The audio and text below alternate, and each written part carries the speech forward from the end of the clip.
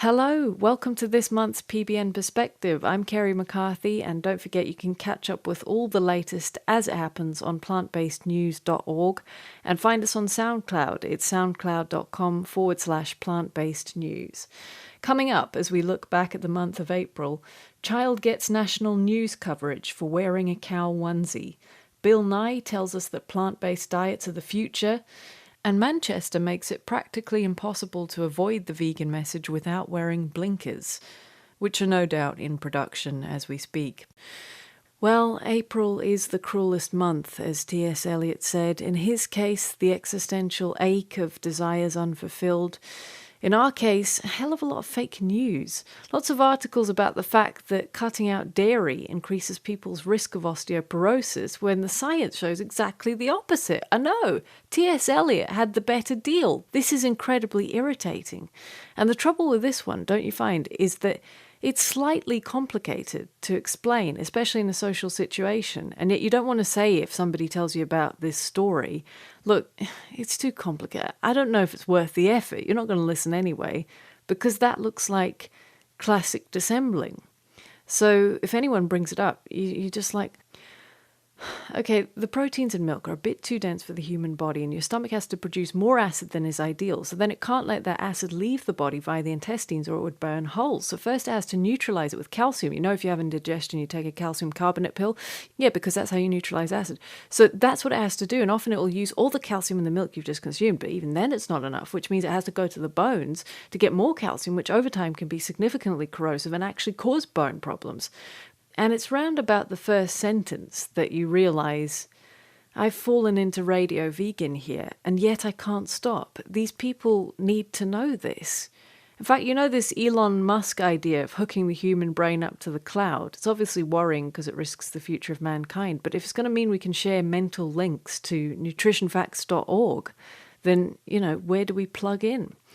Another laughable fake news story this month came from the Sun newspaper, usually a paragon of integrity, but they published an article about a mother who'd taken her child to a fancy dress party dressed as a cow, only to be told to leave because the other mums were all vegan. Of course, this is actually a fake news story originally posted here on the Southend News Network, who followed their article up with another reporting on the Sun's feverish gullibility. 24 hours ago, we published a news story about a baby getting kicked out of a vegan party for wearing a cow onesie, including the fact the baby was called Tanya Hyde and the vegan mum was called Esmeralda Soy Abington. On Saturday morning, we received an email from a photo guy at The Sun wanting to sort out an image. Thankfully, our weekend girl, Stephanie, made up naturally, was very helpful. She set up a fake email account and everything just in case. At this stage, we sat and waited with bated breath. Surely someone, somewhere, was going to twig. After all, 3 seconds of Googling Southend News Network would have given them all the information they required to realise the whole thing was a big pile of bollocks. Alas, it was not to be. So The Sun, one of Britain's most popular national newspapers, ran this story, and then they did take it down after a few hours. Somebody must have told them it was fake. But people say, don't they, that the problem with fake news is you can't tell the difference between that and the real news. But if you look at these stories in the sidebar of SNN, Lego launches United Airlines distressed passenger playset. Maybe that could happen the way the world's going. Job-stealing immigrant arrested after cops find 63 jobs in basement.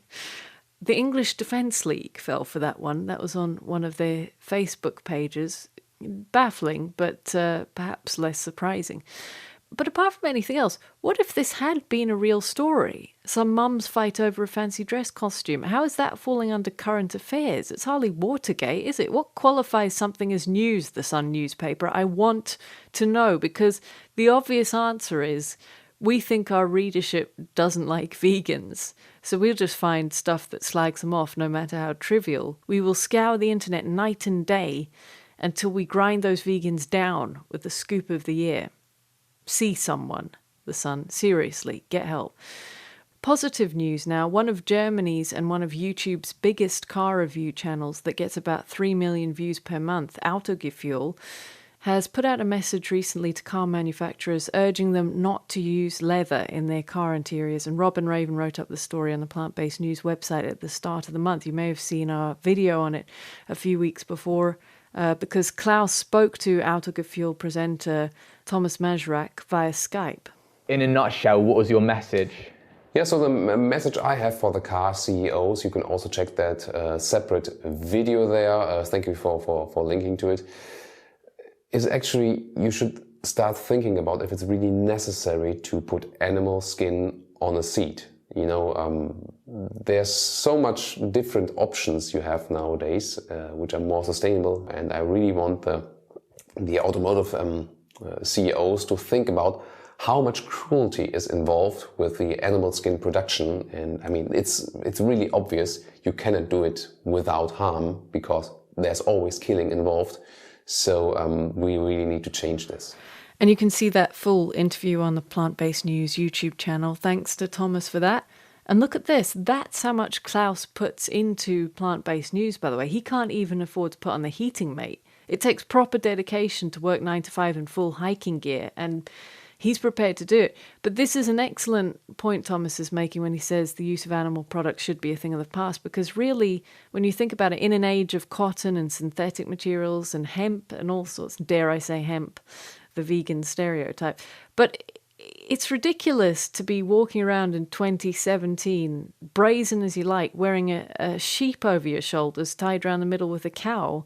I mean, make up your mind. What are you, caveman or civilized human being? And I say that without a trace of rhetoric. It's just, which is it? Savage with primitive flint tools, or person of humanity, capable of reason? It's an innocent question. And people say things like, yeah, but, you know, if you use the leather, at least you're using all of the animal. But as I saw on the Vegan Revolution's Twitter feed a while ago, that's kind of you to care. But you know who else was using every part of the animal? The animal. However, if you're looking for fake animal skins, or fake fur at least, there was a quite unbelievable news story this month on how even buying the fake stuff is a minefield. Ed Winters, Earthling Ed, did a brilliant job on Sky News a couple of weeks ago explaining this strange situation where it's actually cheaper to produce animal fur than it is to create the synthetic stuff. The problem is, it's so cheap to produce real fur in China. There's no money spent on the welfare of these animals. They're kept in tiny cages where they go insane and they self-mutilate and cannibalize one another. And the way that they're killed is quite often they're anally electrocuted and skinned alive. So there's no money spent on the well-being and welfare of these animals, which means they're incredibly cheap to raise, incredibly cheap to kill, and therefore when they export them into the West, into countries such as the UK, they're incredibly cheap to sell. So if they treat animals like that, it's no surprise at all that they'd feel fine lying to buyers and consumers, because their business model doesn't concern itself with ethics. And one of the popular animals for fur is this raccoon dog species, which I've never heard of before, but just look at that coat. Does that not look familiar? Like those green jacket things you get with the fur trims. You know, there's a way to check whether fur is synthetic before you buy it, as Ed described here. Well, there's a couple of things you can do. The easiest thing to do is to inspect the base of where the fur is. And if it's joined on by like a pelt, or it looks like flesh, then that means it's real fur. If it's on like a mesh or like a fabric, then you should be able to tell that it's fake. Also, the fur will taper off at the end if it's real, so it'll come to a point. If it stays kind of the same thickness all the way along, it would suggest that it's fake, sorry. So, you know, if it's that easy to check what you're getting, it really is despicable that clothes manufacturers claim not to know anything about this. I mean, do me a favour. If we let people know how to check for themselves in the shop, that will hopefully have an impact on sales and on the demand, because vegans and omnivores alike, I'm sure, would be against this, just the way these animals are kept. I learned a rather horrifying word the other day that I hadn't come across before: Anthropocene. That's the scientific term for our current age, in which the geological features of the planet haven't been defined by an ice age or a meteor impact, but by anthropic activity, the activities of humans. Is that not insane? And I know there's a lot of conflict over the nature of climate change and is it anything to do with us at all? But, you know, the evidence is everywhere. There was an article on One Green Planet this month with the headline, "How Humans' Appetite for Burgers is Driving Polar Bears to Eat Dolphins." And it's about the destruction of the environment that we're causing. The biggest impact is coming from animal agriculture. This is resulting in all kinds of novel activity across the globe. The article tells us polar bears are not naturally inclined to eat dolphins, but territory shrinkage and food scarcity, combined with the fact that dolphins themselves have had to move farther north as a result of rising temperatures, has recently led them to start doing so for the first time in recorded history. So obviously it's not an article about bear catches prey and needs to be stopped. It's about the very obvious signs we're rapidly altering the planet. And this is why I'm convinced a vegan diet is very important psychologically to build people's capacity to experience empathy at a functioning level, because it is a kind of intelligence. It's not charity or self-sacrifice. It's the ability to have foresight, the ability to see this kind of bigger picture, which is fairly obvious, but people tend to miss it. And I do think it's, sitting down to eat a meal and thinking that meal is just about your enjoyment, and that's the whole story. The world beyond is completely irrelevant. Whereas if you're on a vegan diet, the food you seek out has a bigger context than you. You have to think, I eat this way because of something that isn't me. And isn't that just basic intelligence? I saw one of the most extreme anthropic influences when I used to go to Gibraltar a lot. There's a small population of Barbary macaques who are obviously very affected by humans. And I swear, they live on a diet of packaged sandwiches and Magnum ice creams. That's their favorite. They nick these off the kids. They go robbing anyone in flats who leave their windows open. Then they hang around like thugs down the casino. And these are the activities that used to be the reserve of expats from Britain. So they're seriously impinging on our territory. And it's all like, oh yeah, let's get a picture of it. It's just a bit of a laugh. But we're unbelievably careless the way we live on this planet. Anyway, to get back onto the positive, people are definitely changing. Bill Nye, also known as the Science Guy, hosted a Q&A session recently where he showed his support for the plant-based diet ethos. A Reddit user asked him, what are your thoughts on animal agriculture and the promotion of a vegan diet as to reduce our impact on climate change? And he said, plant-based diets are the future. I look forward to food preparations that are not derivative bits, as we say in comedy writing. So instead of coconut bacon, for example, I hope there is just a delicious standalone coconut preparation. Cooking is a competitive business. I look forward to the emergence of new plant-based dishes. So he's obviously not a fan of the fake meat products. Yeah, corn is a bit like the methadone of the newly vegan community. But after a while on a plant-based diet, fake meat does seem like more of a fun novelty item than something you crave. Happy Healthy Vegan made a great video on the Bill Nye thing because he's been doing this for quite a while. They found a clip of him dissing paleo diets as well. I have a few questions about what you eat, your diet. People in my time call it the paleo diet. It's all the rage right now. Paleo diet. Okay. Morons, look at me. Do I look happy? Is this really what you want to be? But some people in my time think eating only protein is inherently healthy. This isn't healthy. I'm being honest with you. I'm not healthy. I'm 17. Yeah, because paleo, in a dietary sense, refers to a time when humans were even less adapted to eating meat than we are now. So if we still get indigestion and issues with regularity, major problems arising from meat that's undercooked, and we've been at it for tens of thousands of years longer, I can't imagine meat would be a prized source of calories for the majority of the paleo period, other than a major fallback food on the savannah. But paleo means, from about 2.6 million years ago up until about 10,000 years ago. So technically it should refer to a plant-based diet if we're going to be pedantic about it, which somebody has tried on Wikipedia, but in their haste they've skimped on the spell checking, which is a shame. Anyway, great to have such a respected name in science educating the public. He is the guy of science. That's his official title, not my words. The words of PBS Children's. Now, this vegan education actually spilled out somewhat into reality. I don't know if you noticed this on April the 22nd, because that was Vegan Education Day.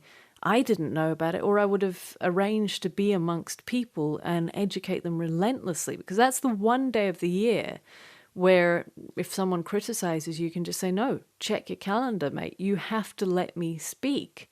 You do. I would do the same for you on Egregious Barbarian Day. Really, I would.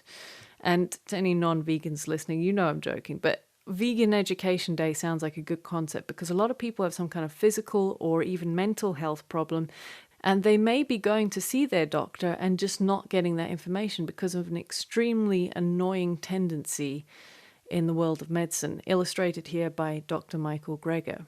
Now that we know what's going on, what do we have to do?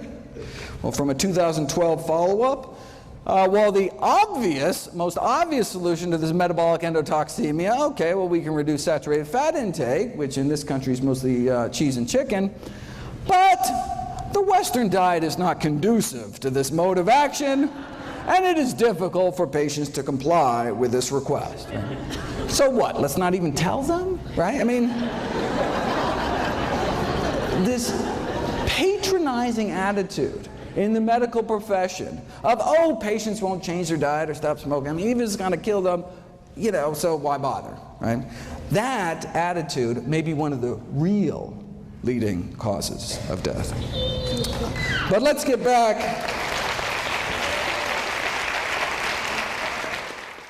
There's a tendency for doctors to make up their patients' minds for them or actually not know the nutritional information in the first place. That old joke about a doctor knows as much about nutrition as his or her secretary, but if the secretary's on a diet, they know more.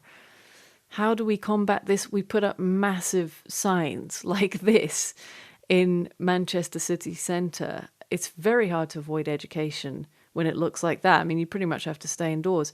Manchester in England really went to town on all this vegan stuff. Go Vegan World sent out 300 buses onto the streets with huge adverts on them. There were bigger posters like this, and I don't even understand some of the things they did. 60 pavement impressions, for example, jet washed onto the pavement. How does that work?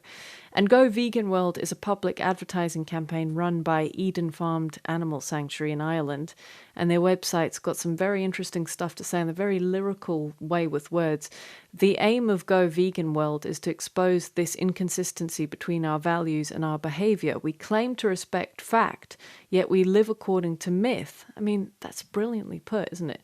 If you're listening outside the UK, Manchester is this city. I don't know if you saw this photo going viral. Looks like a Renaissance-style painting and really captures the vibrant mix of drunk people and criminals. But the UK has a lot more to offer than that, like the Cumberland Pencil Museum in Keswick. So how did Mancunians react to all this? Well, one commenter said, "I'm ready to listen." And another said, "While I understand and respect vegetarianism, to me veganism is an unhealthy extreme and promoting such a lifestyle is irresponsible. Hence the need for Vegan Education Day." This commenter unwittingly answered the question in the opposite direction. Finally, Pamela Anderson is a dark horse, although never for long. After revealing her relationship with Julian Assange, she's told the papers that she's going through the menopause. And see, to me, we're back to cow onesie territory again, metaphorically speaking, you understand. But what the hell qualifies as news nowadays? Woman ages. But anyway, it's a positive story for vegans because she advocates employing a vegan diet instead of going down the pharmaceutical path to quell the symptoms. The Evening Standard says, although vegan diets are thought to help with symptoms, there isn't much evidence. And again, I think we're back to the vegan education thing here because a lot of women don't know about this, but there have been studies on it, like one conducted by anthropologist Margaret Locke in the 80s, where she compared the experiences of thousands of menopausal women in Japan, America, and Canada, and found that Japanese women frequently reported no symptoms other than the cessation of their cycle. The mechanism might be something to do with the fact that plants are replete with plant estrogens that seem to work in harmony with the human body. If you go to nutritionfacts.org and search for this, there are several videos on the subject. See, Elon, this is where I need you, mate. I just want to press a button and have our dear listener know the information. There are also some interesting videos on the site about the safety of soy, some recent studies on that. And given that milk has been linked to breast and testicular cancer, dairy milk that is, It seems the hormones in animal products really don't work in harmony with the human body. So the emission of animal products may also play a big part in why women from the more plant-based countries report a different midlife experience. Midlife? Yeah, if you're vegan, you should be living to over 100. Keep up. Well, that's the end of another PBN Perspective. Thanks very much for listening to all our plant-based friends. If you're not plant-based, may your next flight be on an overcrowded United Airlines plane. No, I kid. I do hope that if you're interested in the plant-based lifestyle, you'll subscribe to this channel and learn more over the ensuing episodes. Please leave your comments below. Let us know if there's anything we should be covering on plantbasednews.org. And of course, we're also on SoundCloud at soundcloud.com/plantbasednews. Thanks a lot for listening, and I'll see you next time.